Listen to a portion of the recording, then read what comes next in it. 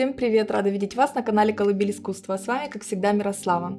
Огромное спасибо всем за подписки, лайки и комментарии, которые вы оставляете под видео. Мне это очень приятно. Тема сегодняшнего мастер-класса, видеоурока – это стеклянная ваза. Она уже давно у меня. Не очень мне нравится, что она просто стеклянная. Я бы хотела ее сделать более нарядной, интересной. И предлагаю вам присоединиться ко мне. Результат узнаем вместе. Я еще тоже не знаю, что будет в результате. Посмотрим.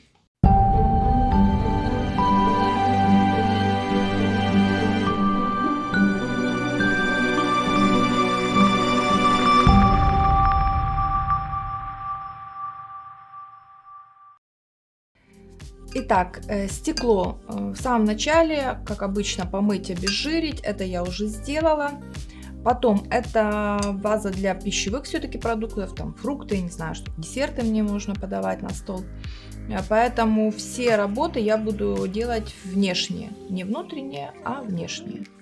Буду делать вживление. Выбрала вот такую декупажную карту.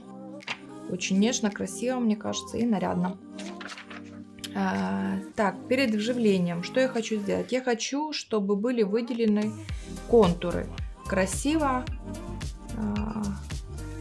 С обратной стороны будете смотреть, и будут красиво видны контуры. Для этого я возьму жидкую лаковую поталь разных оттенков. Я буду работать в основном серебром и клубничным инеем. Вот такой поталью. Сболтала я предварительно, как вы видели. Теперь беру губку. Так, складываю. Прям легонько по краю, по ободочку пройдусь. И сейчас еще сделаю то же самое с этим внутренним контуром. Кисточкой, чтобы было аккуратно. Не хочу никаких лишних.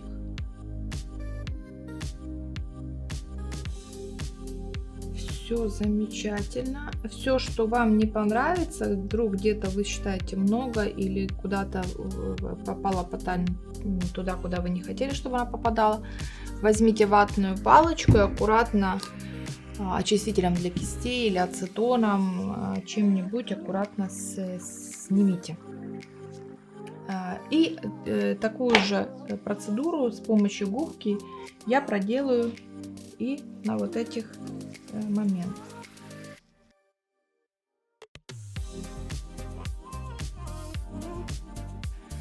Так, после того, как точнее я выделила все моменты, которые мне понравились, середину убрала полностью, потому что некрасиво получается, не захотела оставлять. Я сделаю вживление картинки на стекло. Для этого беру лак, так вот прямо хорошо его жирненько наношу сюда.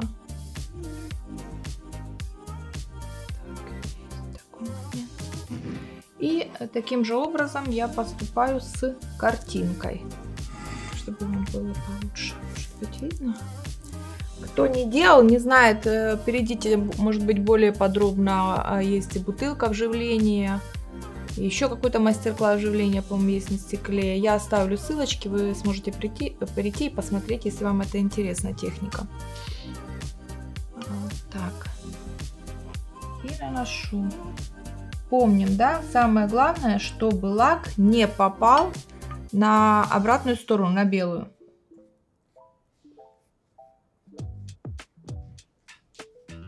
Так, здесь надо быстро все делать.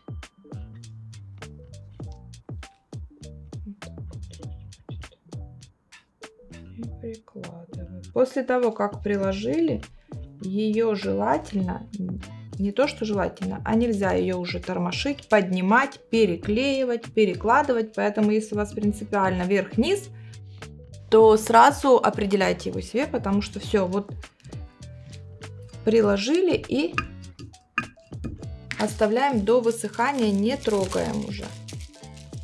Сейчас с помощью файлика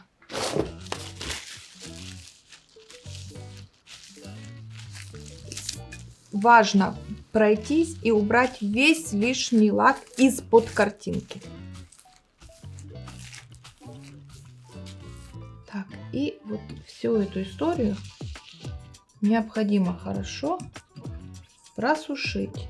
Идеально сушить, как, собственно, и все, в естественных условиях, при естественной температуре.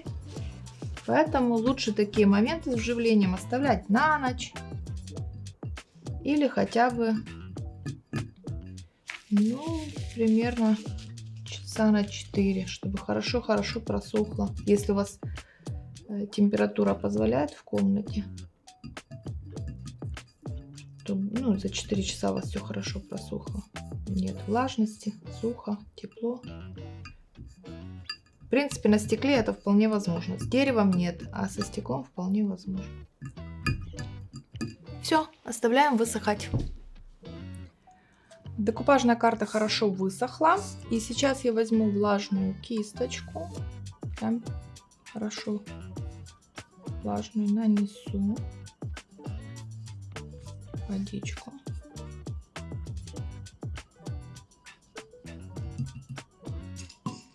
Так, поэтапно. Это мы уже с вами делали в предыдущих видео. Вы сможете перейти по ссылке и посмотреть, если интересно, как мы делали ранее это. Процесс одинаковый, ничего. Здесь главное не торопиться и делать все аккуратно, постепенно.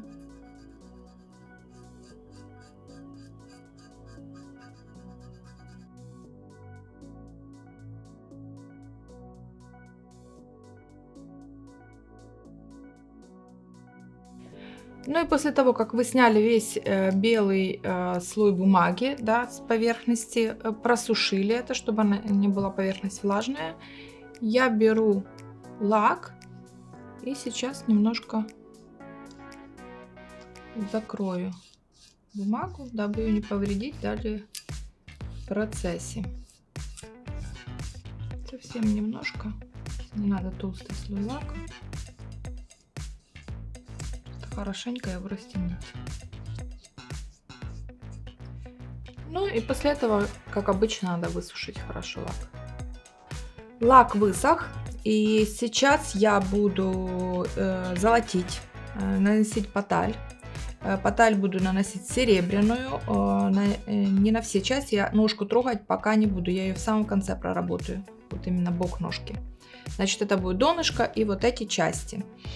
Буду использовать клей для золочения. Как я это делаю, все более подробно, как сохнет поталь, как ее проверять, это все уже есть ранее в видео. Вы можете перейти по ссылке, посмотреть предыдущие видео, сами полистать, где мы использовали поталь. Я там все более подробно и четко показываю, объясняю. Из видео в видео просто повторять это нет смысла. Поэтому, пожалуйста, переходите и изучайте этот вопрос, если он вам интересен. Итак, наносим клей в первую очередь.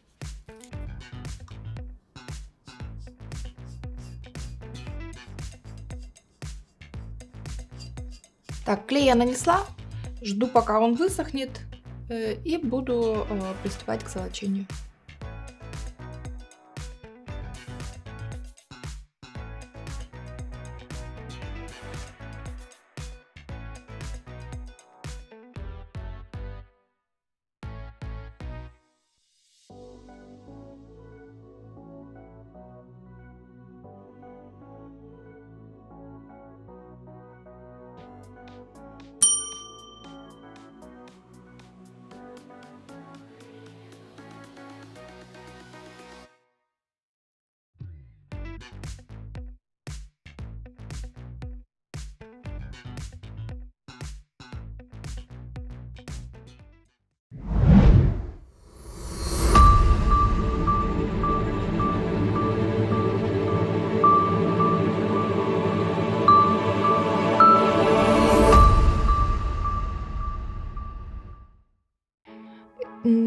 Итак, я полностью покрыла поталью те участки, где хотела. Остался, в принципе, только вот этот небольшой маленький участок, но он будет открыт, и вы увидите в конце, почему я его оставила и не покрывала сейчас.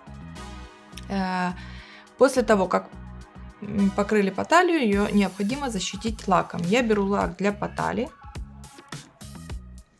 и прохожу все эти места, где она у меня есть.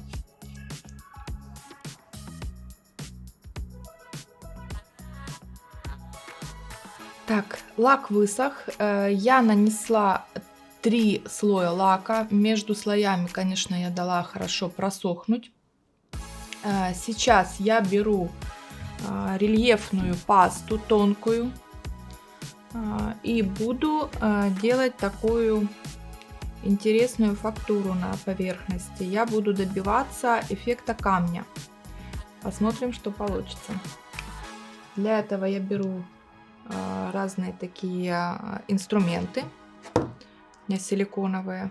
Можно использовать все, что у вас есть, чем вы сможете работать, плоские какие-то инструменты. Подбирайте под себя, чем вам удобнее. Набираю. И вот таким образом хаотично буду наносить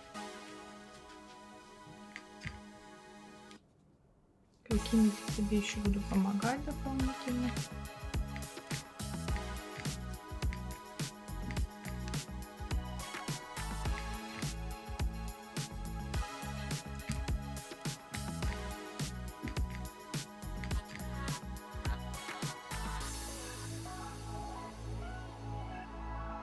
После того, как нанесли структурную пасту, вас абсолютно все устраивает, естественно, необходимо дать хорошо высохнуть. Опять-таки, мои рекомендации оставить все это на ночь или хотя бы там, если вы делаете в первой половине дня до вечера, чтобы это прям очень-очень все хорошо просохло. Чем больше вы времени дадите в естественных условиях, тем интересней работа у вас получится и проще вам будет с этим дальше работать.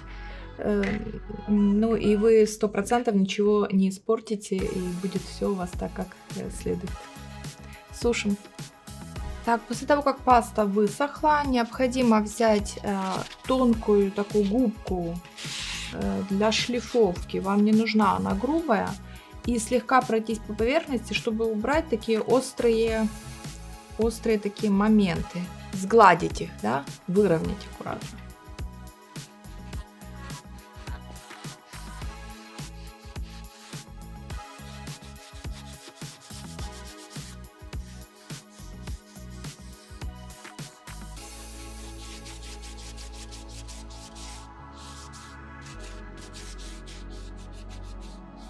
Так, я зашлифовала всю поверхность, убрала лишнюю пыль, и у меня все готово к окрашиванию. Для того, чтобы окрасить поверхность, я взяла меловую краску. Цвет может быть любой, на ваш выбор. У меня такой, не знаю, серо-голубой какой-то. Я считаю, что он мне идеально подойдет. Кисточку, немножко воды, потому что красочка у меня уже такая была густая, поэтому немного воды. Меловая краска любит воду, видите, да? И вот аккуратно покрываю.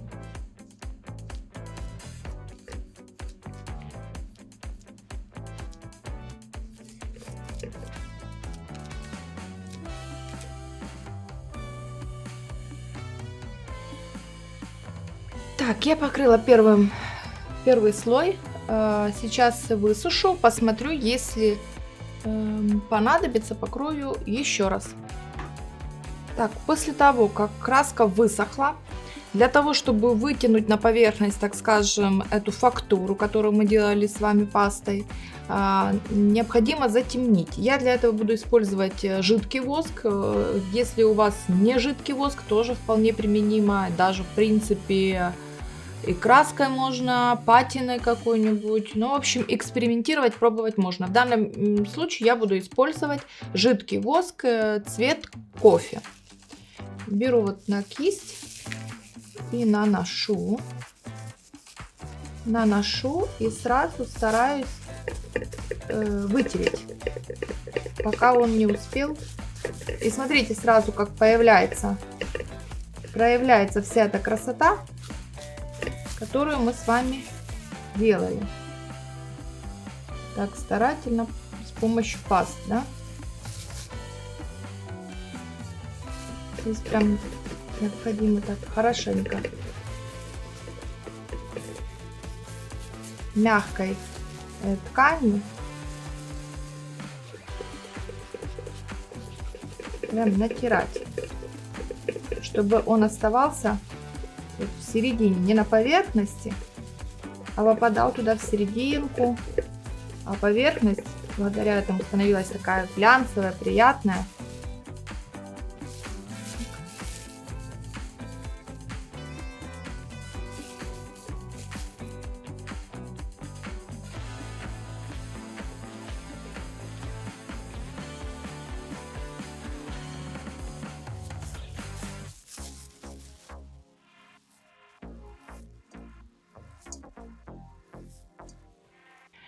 Так, я покрыла все темным воском. В результате получился такой эффект, действительно очень похож на камень.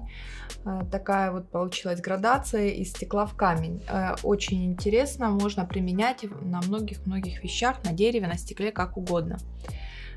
Что еще? Ну и поскольку у нас здесь такая красивая, праздничная получилась, эта ваза, снаружи немножко такая спокойная. Я хочу чуть-чуть добавить еще пальчиковым воском. Цвет серебро я взяла.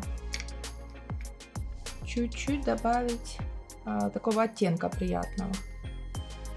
Еле-еле. Не очень. Просто чтобы слегка-слегка еще добавить такой нарядности.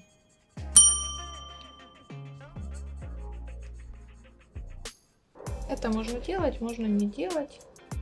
Понятно, надеюсь, все как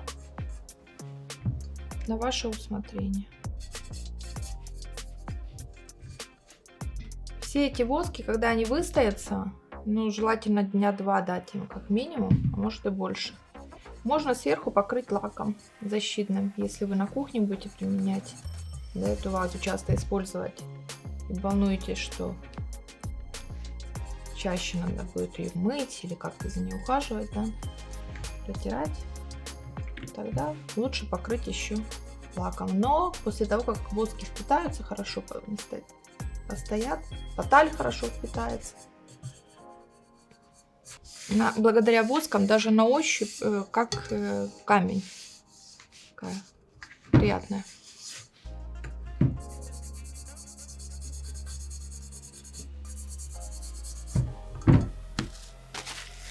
Вполне достаточно. Но а кантик я сейчас пройдусь жидкой по талии. Вот по кантику, чтобы уж была завершенная работа.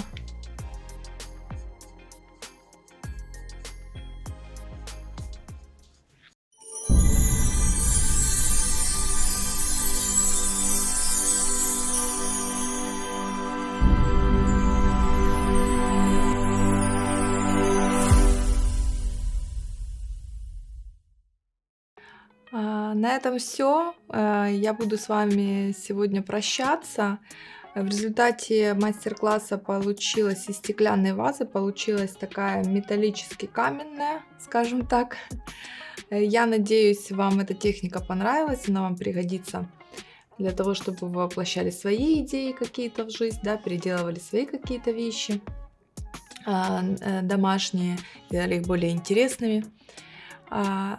Оставляйте, пожалуйста, свои комментарии под видео, делитесь своими впечатлениями о видеоуроке, делитесь своим опытом, может быть, вы что-то делали, у вас что-то не получилось, вы хотите получить советы, с удовольствием отвечу на все ваши комментарии. Также оставляйте свои лайки, не забывайте подписываться на канал Колыбель Искусства, потому что впереди, как всегда, все самое интересное. Всем всего хорошего, всем пока!